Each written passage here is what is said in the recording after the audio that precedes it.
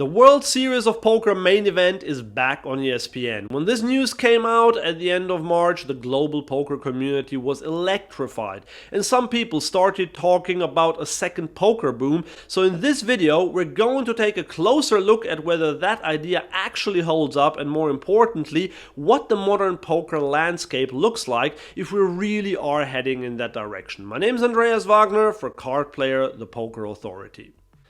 Now, at first glance, it might seem strange to even bring up the idea of a boom, because if you've been following poker news recently, the headlines haven't exactly been reassuring. We've seen bot farms operating in online games, while at the same time live poker in Texas has faced disruptions due to card room raids that create uncertainty for both players and operators. And on top of that, cheating allegations still surface from time to time. Taken together, these stories can easily create the impression that poker is unstable or even declining.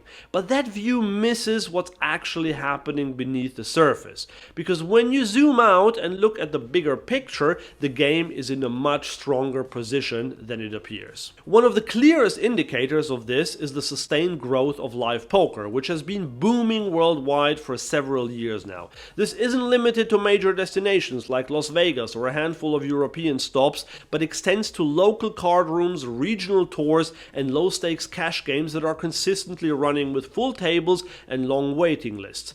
And this matters more than most people realize, because live poker is still the foundation of the entire ecosystem. It's where new players are introduced to the game, where communities are built, and where a large portion of the industry's revenue is generated. In many ways, the health of live poker is the best proxy we have for the health of poker as a whole, and right now that signal is extremely strong. It's also likely one of the main reasons why ESPN decided to re-enter the picture and bring the WSOP back to a mainstream audience after they pulled out of their decade-long coverage in 2020. Another major factor pointing toward a possible boom is the continued legalization and regulation of poker across the United States.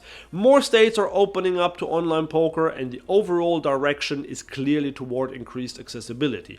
This is important because the original poker boom in the early 2000s was driven largely by access. Once players could easily log on, deposit, and play from home, participation skyrocketed. We're now seeing a version of that dynamic return, but in a more structured and regulated environment, which could make the growth more sustainable over time. And even celebrities like Kylie Jenner have been spotted playing poker recently.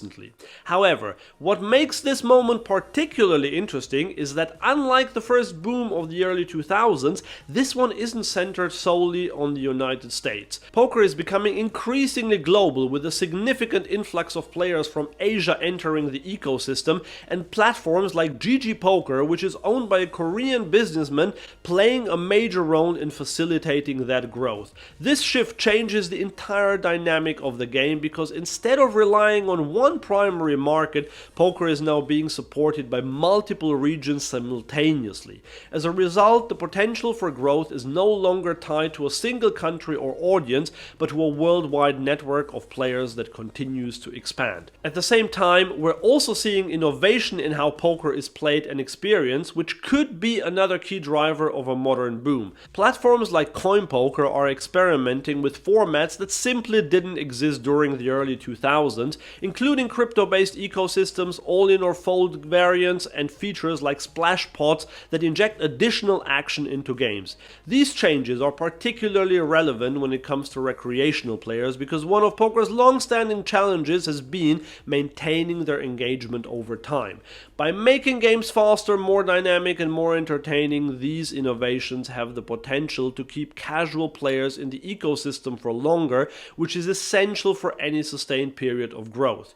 So, where does ESPN fall into all this? In many ways, it acts as an amplifier rather than a starting point. During the original boom, televised poker elevated the game, turning players into recognizable figures and making poker feel like something worth aspiring to. If ESPN can recreate even part of that effect, it could bring a new wave of attention to the game, converting viewers into players and reinforcing the broader growth that's already taken place.